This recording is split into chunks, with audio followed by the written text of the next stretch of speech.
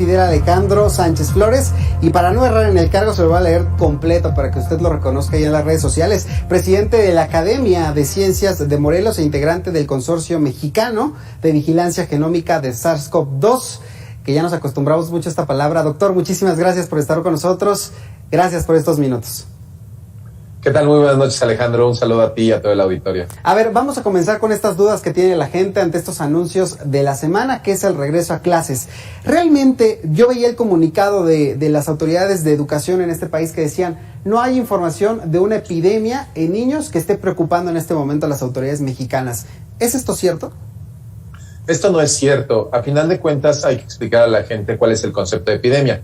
Una epidemia es un brote descontrolado que se mantiene en el tiempo de una enfermedad. Entonces, si nosotros, sin hacer muchas cuentas, pues llevamos 1 año y medio con la enfermedad de COVID-19 y el patógeno SARS-CoV-2 de manera descontrolada en estos momentos, viendo la ola en la que estamos, y definitivamente hay un número considerable de casos en infantes o en menores de 18 años. Por lo tanto, el decir que no hay una epidemia como tal no es correcto. Lo correcto es decir, bueno, no solamente es una epidemia, sino que hay una pandemia, y esto lo hemos sostenido durante 1 año y medio en todo el mundo, ¿no? Bueno, ahí falla entonces la comunicación de riesgos por parte de nuestras autoridades ante este inminente regreso a las aulas, llueve, truene o relampaguee. ¿Qué pasa con los maestros? Porque en este comunicado que emitieron hoy por la tarde también hablan de que los maestros están vacunados, pero surge la duda ante las publicaciones recientes de Cancino por 1 dosis o 2 dosis, un refuerzo. ¿Qué va a pasar? ¿Están vacunados los maestros? ¿Podrían estar completamente seguros de que al volver a las aulas no va a pasar absolutamente nada?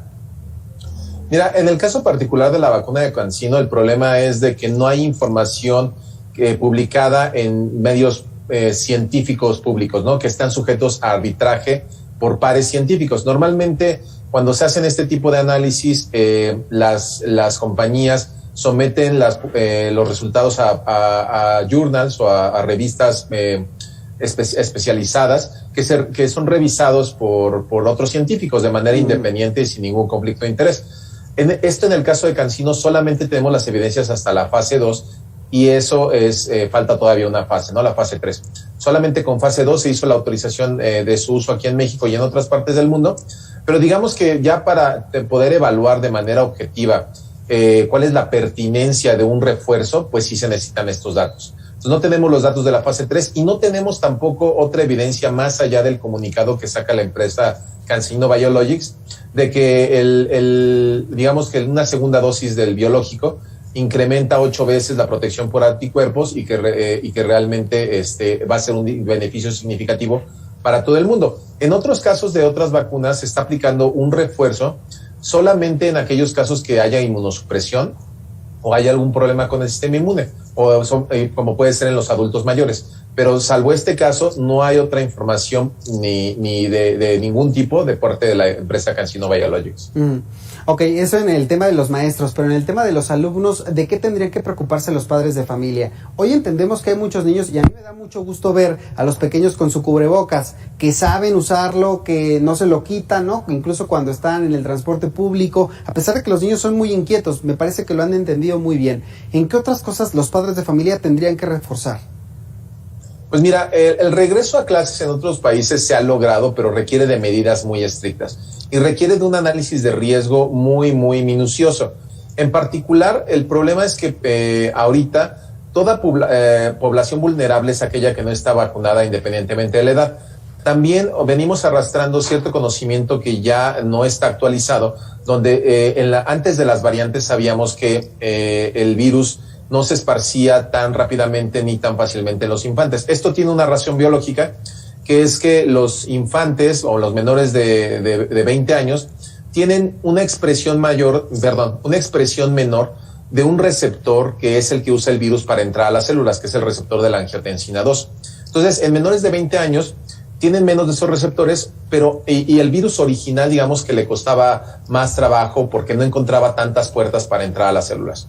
Ahora, con las variantes, esto cambia porque parece ser que desde la variante alfa ya se había empezado a reportar una mayor transmisión en este grupo etario que constituye a los menores de 18 años. Por lo tanto, es una cosa que debemos tener en cuenta. Por otro lado, a final de cuentas son muchas las medidas de restricción que se tienen que tener en un colegio o en una escuela, y sobre todo hacer un análisis de ¿cómo se llama?, de los espacios, de la ventilación y finalmente de la logística tanto dentro y fuera de la escuela. Dentro de la escuela pues tienen que mantener cierta distancia, aislamiento, no mezclarse entre grupos, etcétera. Y lo que sí concluyen de otros países cuando hicieron el regreso a clases es que sí, es verdad, los niños no se contagian mucho en las escuelas. Sin embargo, se contagian camino a la escuela o en su casa, porque también no podemos controlar si los padres están saliendo a trabajar, que lleven la infección o el virus a casa, y es donde se va el mayor de contagios. Entonces, digamos que lo que no queremos es que esto se convierta en un evento de súper esparcimiento, y sobre todo porque lo que vimos en otras decisiones tomadas en otros países es que le eligieron esperar a que la pandemia no estuviera en un pico, estuviera controlada para hacer el regreso a clases. Bien, doctor, le agradecemos mucho estos minutos aquí en Mega Noticias. Por supuesto, si usted tiene más dudas o preguntas, ¿dónde te encontramos para resolverlas?